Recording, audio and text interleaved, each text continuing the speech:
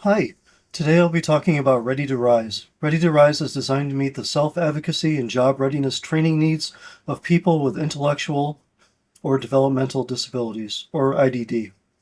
Individuals with IDD, particularly youth and young adults, experience significantly lower rates of competitive integrated employment compared to their peers. A study found that only 39% of individuals with IDD aged 21 to 25 were employed, compared to 66% of their neurotypical peers. Employment is a key component of independence and meaningful community participation, yet many individuals with IDD remain underemployed, often in segregated or sub-minimum wage settings, sometimes making only a few dollars an hour. Access VR, a New York State education and employment agency, has a 300-page binder that helps job seekers with various disabilities with self-advocacy and job readiness. However, the material was never modified for people with IDD. Ready to Rise is an adaptation and overhaul of this material, delivered electronically, and uses plain language and micro-learning to help learners achieve their goals. Let's take a look at a lesson.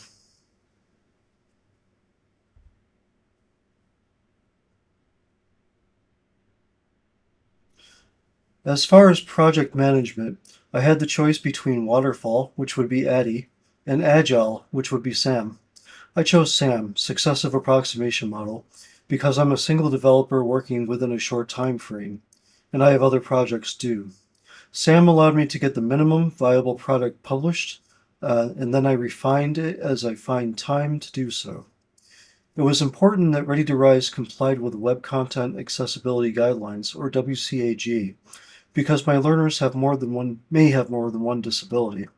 The course can be viewed on any device, PC, tablet, or cell phone.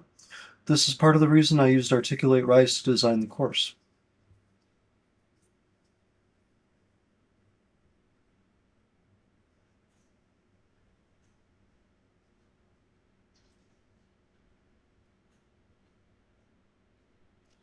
I kept UDL, or Universal Design for Learning, in mind while composing the course. Learners can complete lessons independently or with a facilitator, which supports autonomy and flexibility. I have plans for more collaborative exercises and the ability to record audio posts, which will increase social engagement and belonging.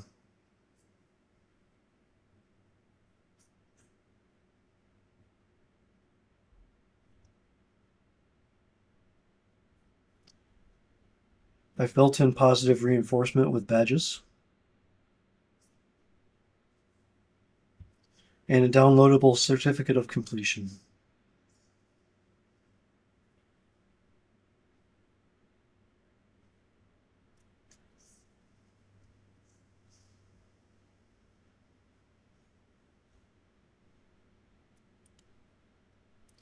Videos used throughout the course explain concepts verbally and visually, helping learners who benefit from different learning styles. Simple access through a web link lowers technological barriers. Using microlearning, lessons are short, direct, and framed around real-life relevance. This helps increase focus and decrease anxiety.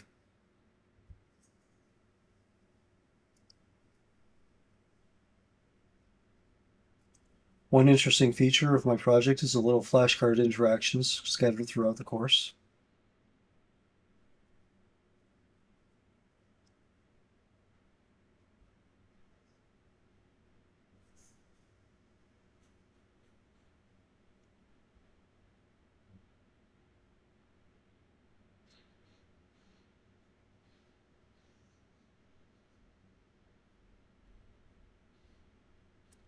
Another interesting feature is the facilitator's guide that I composed.